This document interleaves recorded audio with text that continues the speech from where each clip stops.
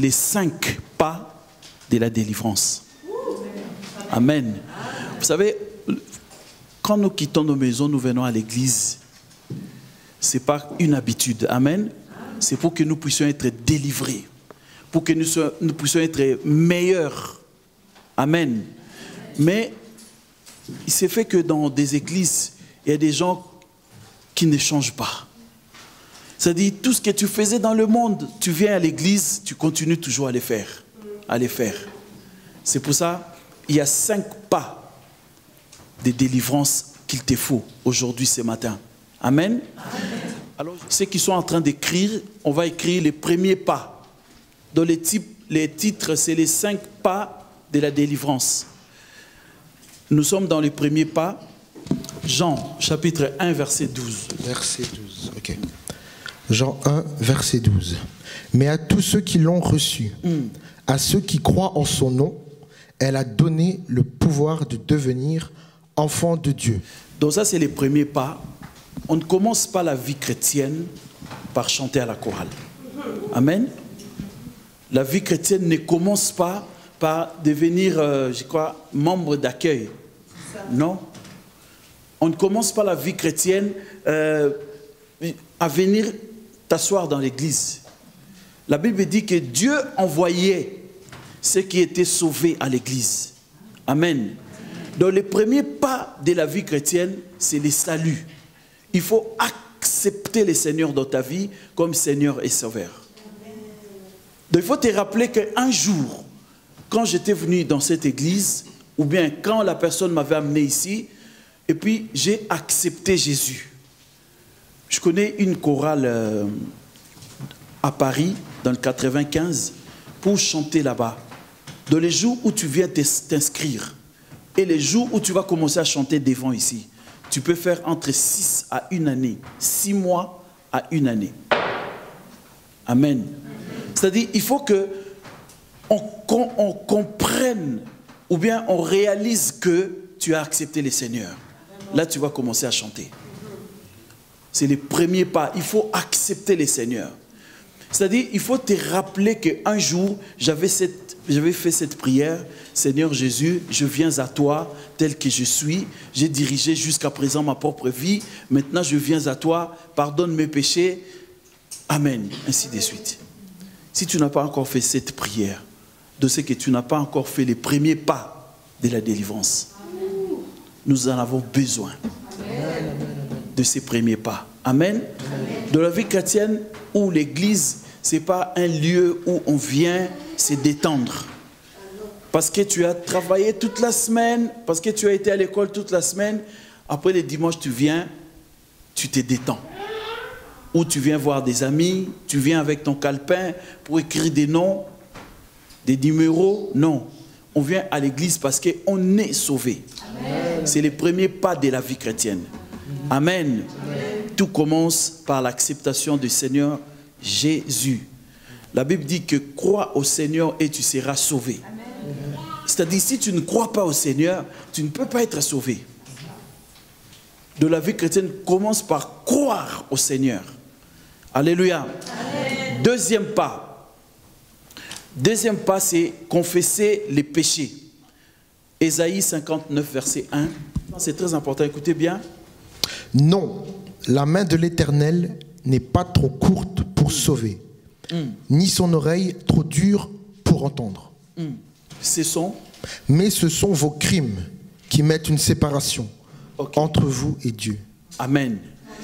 Non, la main de Dieu n'est pas trop courte pour vous donner, ni ses oreilles ne sont pas dures pour ne pas nous entendre, pour ne pas entendre nos prières. Mais la Bible dit que ce sont nos crimes, ce sont nos péchés, ce sont les mal que nous faisons qui mettent la séparation entre nous et Dieu. C'est pour ça, quand on vient à l'église, la deuxième chose qu'on peut faire, ou le deuxième pas, il faut confesser tes péchés. Amen. La Bible dit que confessez vos péchés les uns aux autres. C'est-à-dire, tu peux, s'il y a quelque chose que tu n'arrives pas à à laisser, il faut voir quelqu'un, un responsable. Il faut voir les pasteurs. Tu lui dis que, en tout cas, pasteur, j'ai fait par tous les moyens pour arrêter de voler, mais j'arrive pas. Parce que tant que tu n'as pas dénoncé ça, tu ne peux pas arrêter. Ça sera que tu rentres dans le magasin, au lieu de regarder les choses qu'on vend, toi tu regardes les surveillants. Tu regardes partout. Tu rêves. Après tu prends un truc, tu mets dans ton sac, tu mets dans ta poche. Après tu rentres à la maison, tu demandes pardon Seigneur. Mais quand tu vas aller encore dans un autre magasin, tu voles. Vous savez pourquoi? Parce que tu n'as pas encore confessé ça. Il faut le confesser. Parce que quand tu confesses quelque chose, tu dis, c'est pour ça l'église catholique, on va confesser devant les prêtres. De toi tu parles, les prêtres t'entendent. Et avant même, je crois, il y a 40-50 ans passés, les prêtres travaillaient avec la police. Quand tu confesses, et les jours d'après, on vient t'arrêter. Alléluia. Mais la confession que je suis en train de parler, tu viens chez le pasteur pour qu'il puisse t'aider. Bien aimé, les péchés ne marchent pas avec Dieu. Tu peux faire 50 ans à l'église, mais si tu vis la vie de péché, Dieu ne peut pas t'entendre. Les textes que le frère a prononcé tout à l'heure, ça commence par non. N-O-N. La main de l'Éternel n'est pas trop courte. Amen. Dieu peut donner, Dieu peut entendre vos prières, Dieu peut te donner tout ce que tu veux. Mais la Bible dit qu'il y a les péchés qui font une séparation. Les péchés font la barrière entre ton Dieu et toi. C'est pour ça qu'il y a des gens, ils prient, c'est comme si Dieu ne l'écoute pas. Mais est-ce que tu as déjà regardé ta vie? Tu as déjà bien vraiment sondé ta vie. Il y a des choses que tu ne veux pas, mais tu les fais toujours. Il y a d'autres, ils sont vraiment liés par la musique du monde. Donc, il ne peut pas laisser passer une journée sans écouter Kofi. Tu ne peux pas passer une journée sans écouter, je ne sais pas moi qui. Et puis, dès que tu commences par une chanson, ça te donne l'envie d'écouter la deuxième. Amen. Il y a d'autres même, ils ne peuvent pas dormir s'ils ne regardent pas des livres pornographiques. Qu'est-ce que tu fais quand tu es toute seule ou tout seul chez toi? Bien aimé, tant que tu ne vas pas laisser ça, Dieu ne peut pas écouter ta prière. Or, nous venons ici pour devenir meilleurs. Amen. On vient à l'église pour devenir meilleurs. Il faut qu'il y ait une différence entre ceux qui connaissent Dieu et ceux qui ne les connaissent pas. Mais cette différence va se faire quand on va s'arrêter avec les péchés. Amen. Vous savez, tu peux prendre la décision. Dieu travaille avec la décision. Si toi-même tu prends la décision d'abandonner, Dieu va t'aider à faire les restes. Amen. Je suis 8e dans une famille de 11. Alors je me rappelle quand j'avais l'âge de 8 ans, il y a de cela plus de 45 ans. Mon père nous avait convoqués comme ça, comme on est là. Et puis, il commençait à nous donner des conseils. Parce que mes grands frères ne se comportaient pas bien, faisaient ceci, faisaient cela. Alors, papa nous a réunis au salon. C'était un soir. Je me rappelle, c'était aussi un lundi soir. Il nous a donné des conseils. Après, il a dit, à partir d'aujourd'hui, ne faites plus ça. Amen. Amen. Bien aimé, moi, j'avais 8 ans. Toi, tu as 8 ans? Non. Derrière là-bas? Non? Qui a 8 ans ici? Personne? Ah, d'accord. J'avais 8 ans. Mais les conseils de mon père m'avaient beaucoup touché.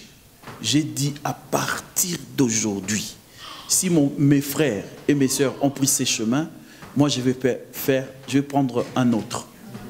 J'ai dit, je vais servir Dieu.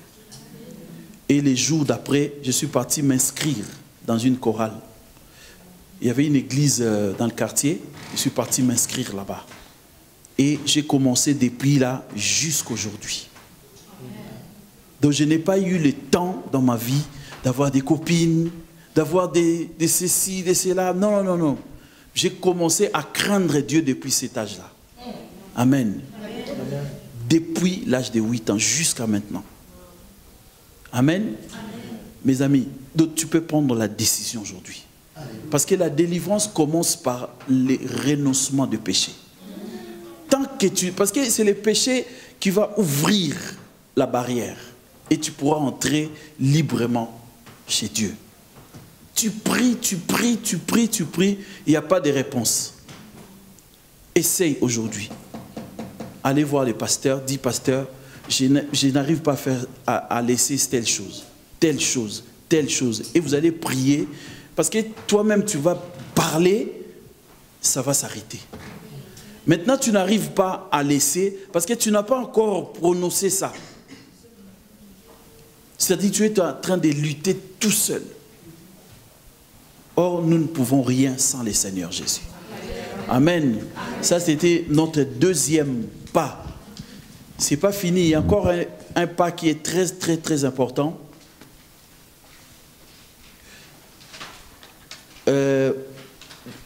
Qui a compris déjà les premiers pas, c'était quoi? Et puis deuxième, troisième, c'est les renoncements. De renoncer aux œuvres du diable. Quand on parle de renoncer, c'est-à-dire tu as des œuvres du diable que tu gardes chez toi. Tant que tu n'as pas encore renoncé ça, ça ne peut pas te quitter. Amen. Amen. Ça ne peut pas te quitter. 2 Corinthiens chapitre 4 verset 2. 2 Corinthiens, tu peux écrire 2 Corinthiens chapitre 4. Tu commences à partir du verset 2 jusqu'au 4e verset. 2 Corinthiens 4, 2. 2, ok. Nous rejetons les choses honteuses qui se font en secret. Nous n'avons point une conduite astucieuse et nous n'altérons point la parole de Dieu. Mais en publiant la vérité, nous nous recommandons à toute conscience d'homme devant Dieu. Amen. Amen. Bien-aimé, il faut prendre la décision de renoncer aux choses du diable. Parce que si tu ne renonces pas à ces choses, tu ne peux pas vivre la délivrance.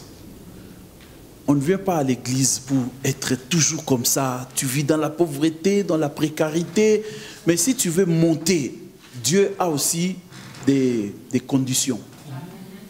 Si tu l'as accepté, si tu as confessé, il faut maintenant renoncer aux choses du diable. Qu'est-ce que tu gardes à la maison?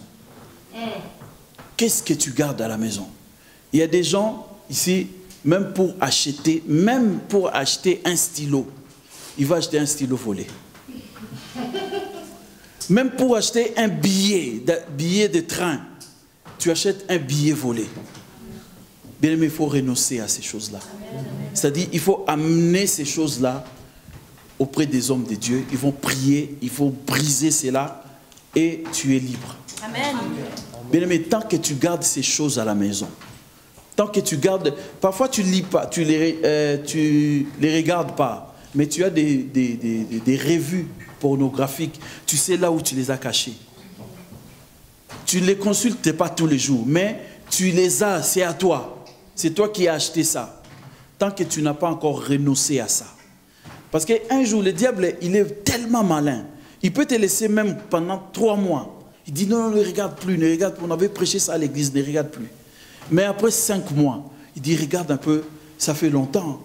Après tu sors la revue, tu commences à la première page. Ah, 2e page, 3e. Et tu reprends cette vie. Alors, pour abandonner cela, il faut renoncer, les renoncements. Amen. Les renoncements, c'est-à-dire toi-même, tu prends la chose et tu amènes ça à l'église. Yes. Vous savez, moi j'ai vu notre parrain en Afrique, parrain de mariage, il avait fait des affaires, mais ces affaires, c'était avec de l'argent mal acquis. Ces affaires montées, il avait une malle comme ça, plein de dollars. Mais quand il a écouté cette parole, il a pris la malle, il a ramené ça à l'église.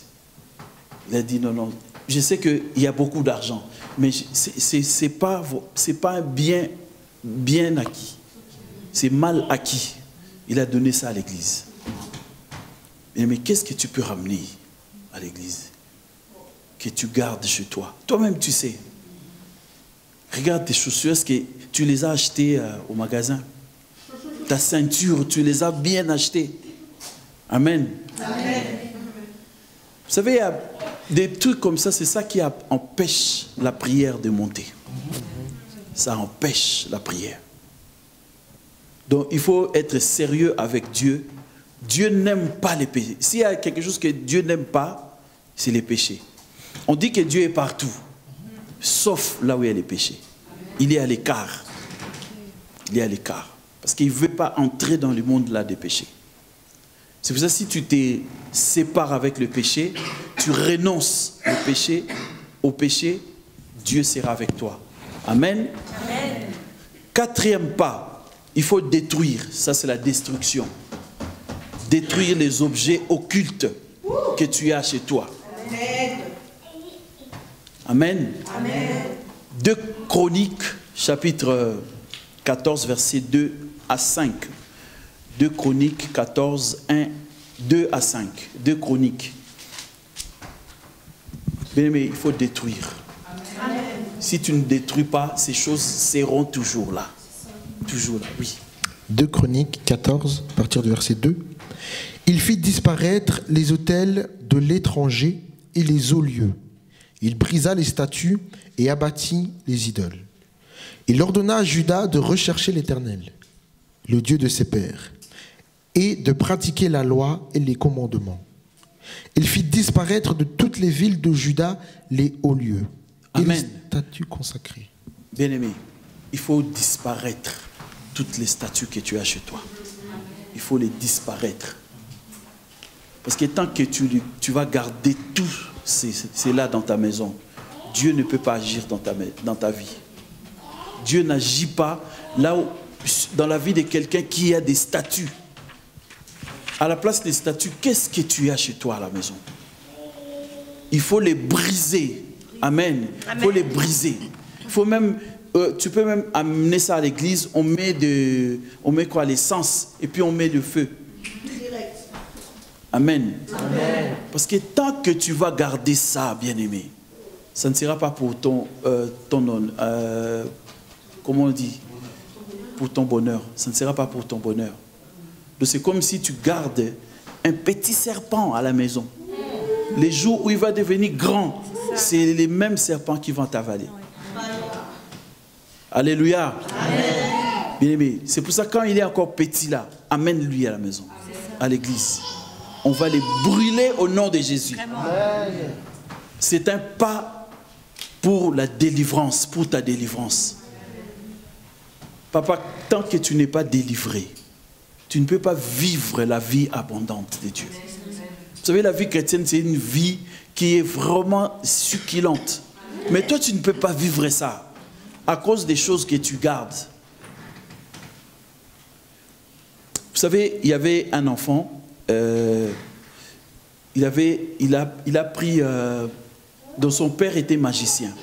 Il a pris un enfant d'école primaire, un petit. Il a dit à son ami à l'école, moi mon père est magicien. Je vais te donner un truc, si tu as ça, on sera toujours les premiers de la classe. Toujours les premiers de la classe. Mais ils étaient petits. Et les retours de ces choses-là, les gens commençaient à mourir dans la famille. Jusqu'à ce qu'un serviteur de Dieu a détecté cela, ils ont brûlé ça, maintenant il y a la paix. Mais entre-temps, il y a 7 personnes qui sont mortes. Mais qu'est-ce que tu gardes chez toi? Qu'est-ce que tu gardes des choses occultes que tu as chez toi? Peut-être on t'avait donné cadeau. Mais tant que ces choses n'honorent pas Dieu, Dieu n'est pas là. Dieu n'est pas là. Amen. Nous allons voir notre dernier pas. Notre dernier pas, c'est dans 2 Corinthiens 6, versets 14 à 16. Tu as des livres magiques. Amène ça à l'église. Amen. Amen. 2 Corinthiens, chapitre 6, 14 à 16. Ne vous mettez pas avec les infidèles sous un joug étranger. Car quel rapport y a-t-il entre la justice et l'iniquité? Quel rapport y a-t-il entre la justice et l'iniquité? Il n'y en a pas. C'est pour ça, bien-aimé, tu ne peux pas te mettre sous les mêmes jougs avec des infidèles. Qu'est-ce que cela voudrait dire? Donc tu ne peux pas avoir des amis qui sont païens. Vous allez parler de quoi? Qu'est-ce que tu vas apprendre d'eux? Rien. Donc, c'est-à-dire, le 5e pas de la délivrance, c'est la séparation. C'est la séparation. Donc tu te sépares, même si c'est un grand ami à toi depuis l'école primaire. Mais tant qu'il ne veut pas venir ici au Seigneur, tu dis bye bye. Toi, tu restes à l'église, lui, il est là. Vous savez, moi, comment je grandissais? J'avais que 3 fréquentations. C'est-à-dire, si je ne suis pas à l'école, je suis à la maison. Si je ne suis pas à la maison, je suis où? C'est tout. C'est tout. Je ne connais pas les coins. Vous savez, les coins là où il y a des gens en train de parler, si une fille passe, vous dérangez. Non, je ne connais pas cette vie. Je ne connais pas. Parce que je me suis séparé avec tous ces gens-là. Amen. Amen. Il y a un pasteur en Suisse. J'ai étudié avec lui, pasteur Martin. Donc, depuis l'école primaire, on a étudié. Lui, il ne priait pas, mais il étudiait ma vie. Amen. À un certain niveau, il m'a dit, en tout cas, depuis un certain temps, je surveille ta vie. Je veux que tu aies une bonne vie. Est-ce que tu ne peux pas épouser ma fille, ma petite sœur? Est-ce que toi, on t'a déjà donné une petite sœur? Amen. On t'a déjà donné, un ami te propose d'épouser sa petite sœur à cause de ta bonne vie. Amen. Bien aimé, il faut te séparer. Donc, tellement il a étudié ma vie, il a dit, je vais devenir comme toi. Et il a commencé à prier. Aujourd'hui, il est pasteur. Dans le mois prochain, je vais prêcher dans son église, en Suisse. Il habite à Lausanne, son église est à Genève. Donc, il y a même des gens qui vont se marier là-bas, une sœur qui chante à la chorale et un frère. Il a dit, je veux que vous soyez leurs parrains. Parce que je te connais depuis l'école primaire jusqu'à présent. Je sais comment tu t'es conduisais et comment tu t'es conduit aujourd'hui. Donc, je veux que ta femme et toi, vous soyez les parrains de ces couples. Bien-aimé, on t'a déjà proposé des choses comme ça. C'est pour ça qu'il faut commencer par te séparer. Parce qu'à l'école, il y avait des gangs, il y avait des bandits, il y avait des voleurs, mais moi, je n'étais pas là. J'étais dans mon coin. J'étais dans mon coin. Bien-aimé, tant que tu ne vas pas te séparer avec ces jeunes garçons-là, que tu appelles copains, tu vas voir les malheurs qui vont t'arriver. Un jour, il va faire des zigzags, pouf, tu es enceinte. Et ta vie chrétienne tombe par terre. C'est pour ça que la Bible te dit aujourd'hui, tu vas te séparer. Amen. Donc je donne la permission à tout le monde d'utiliser les portables. Tu peux même lui écrire maintenant, dis que c'est fini. Prends ton téléphone, dis qu'il est 12h47, c'est fini, c'est fini. Parce que tant que tu ne vas pas te séparer, le diable va entrer. Le diable, il est très très malin. Vous savez, ici, dans le monde, il y a des laboratoires. Dans les laboratoires, on peut fabriquer quelque chose. Le diable aussi a des laboratoires. Donc, il peut utiliser ta vie, même si ça peut lui prendre 7 ans. Le but est que tu puisses tomber. Le but du diable, c'est de te détruire. C'est pour ça, le 5e pas, il faut te séparer.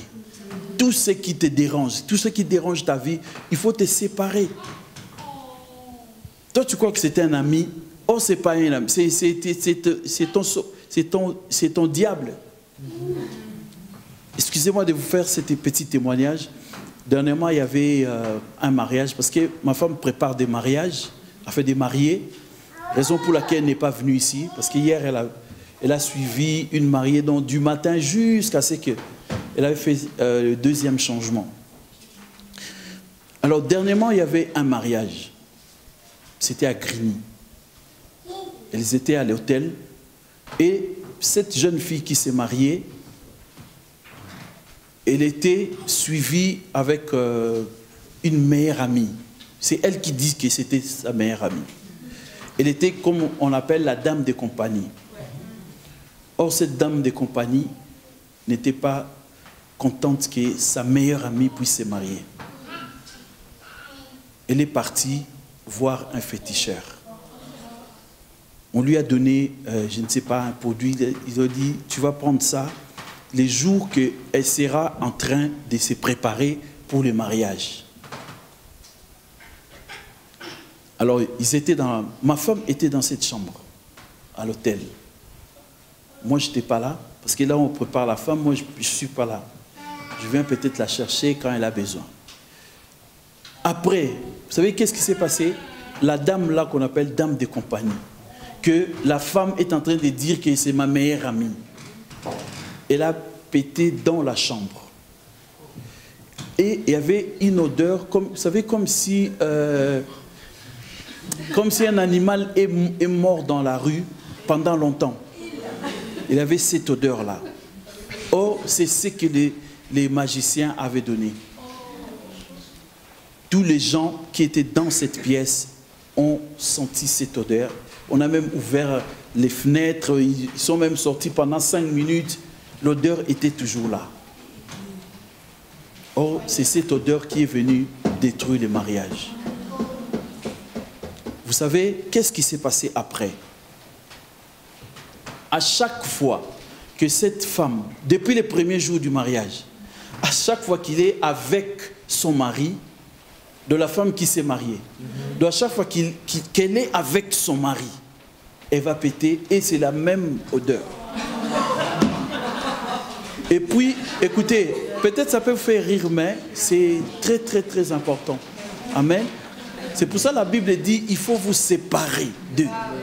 Si tu as une amie, tu dis que c'est ton grand ami, mais il ne prie pas, il ne veut pas suivre ton chemin, c'est qu'il est ton ennemi. Ce n'est pas ton ami. S'il est vraiment un ami à toi, il faut qu'il vienne. Hier, j'étais avec Eunice, il m'a dit que c'est moi qui ai ramené telle personne. Amen. Si c'est vraiment un ami, il faut qu'elle vienne. Amen. Il faut qu'elle mange ce que toi tu manges ici. Amen. Si elle ne veut pas, non, moi les églises là, je ne rentre pas. Alors il faut te séparer. Amen. Ce qui est plus grave, un jour le monsieur, il avait voyagé. Enfin, un voyage du travail. C'était une mission de travail. Alors la nuit, il voulait appeler sa femme pour dire que j'ai bien voyagé, je suis bien arrivé, je suis à l'hôtel. Pendant qu'il parlait avec sa femme au téléphone, il a entendu quelqu'un péter dans la chambre. Et c'est à partir de ces jours-là qu'il a trouvé que ce n'était pas normal. Ils sont partis chercher un homme de Dieu. Il a fait la cure d'âme, tout ça. Et puis, il a dit, c'est depuis les premiers jours. On est parti chercher cette dame-là. Elle a dit la vérité. C'est un féticheur qui m'avait donné ça. Il a dit, parce que toi, tu es toujours célibataire et ton ami va se marier. Mais il y a beaucoup de gens que toi, tu crois que c'est ton ami. C'est pas ton ami, c'est ton ennemi. Parce qu'il ne veut pas ton bien.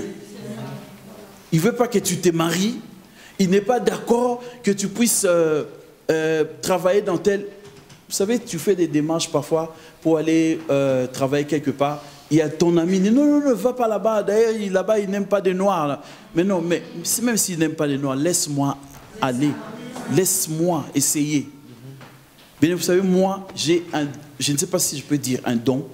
J'ai un courage dans le sens que même si on dit dans ces bureaux-là, on n'entre pas, moi, je peux essayer. C'est lui qui essaye, même s'il échoue, c'est pas grave.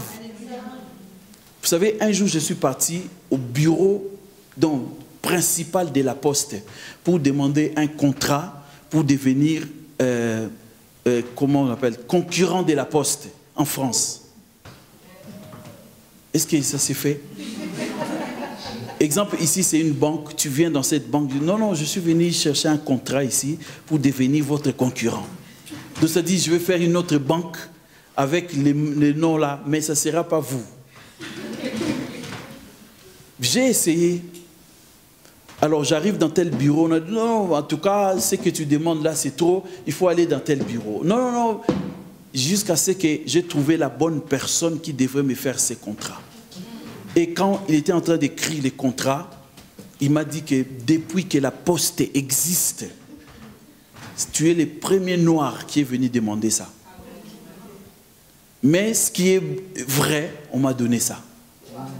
Donc je devais faire des postes, comme il y a des postes dans chaque ville, moi aussi je devais faire des postes dans chaque ville.